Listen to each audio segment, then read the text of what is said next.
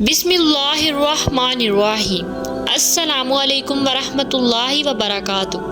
نبی کریم صلی اللہ علیہ وآلہ وسلم نے فرمایا، مدینہ حرم ہے، فلاں جگہ سے فلاں جگہ تک اس حد میں کوئی درخت نہ کاٹا جائے، نہ ہی کوئی بدعت کی جائے، اور جس نے بھی یہاں کوئی بدعت نکالی اس پر اللہ تعالیٰ اور تمام ملائکہ اور انسانوں کی لعنت ہے۔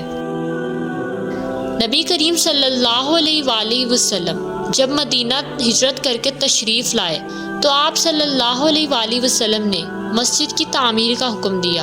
آپ صلی اللہ علیہ وآلہ وسلم نے فرمایا، اے بنو نجار، تم اپنی اس زمین کی مجھ سے قیمت لے لو۔ لیکن انہوں نے عرض کی، ہم اس کی قیمت صرف اللہ تعالیٰ سے مانگتے ہیں۔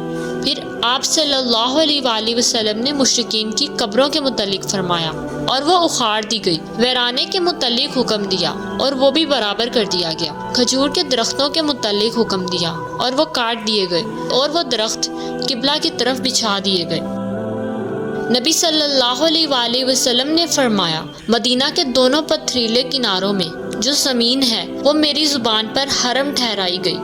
حضرت ابو ہریرہ رضی اللہ تعالیٰ عنہ نے فرمایا، نبی کریم صلی اللہ علیہ وآلہ وسلم بنو حارثہ کے پاس آئے اور فرمایا، بنو حارثہ، میرا خیال ہے کہ تم لوگ حرم سے باہر ہو گئے ہو۔ پھر آپ صلی اللہ علیہ وآلہ وسلم نے مڑ کر دیکھا اور فرمایا کہ نہیں، بلکہ تم لوگ حرم کے اندر ہی ہو۔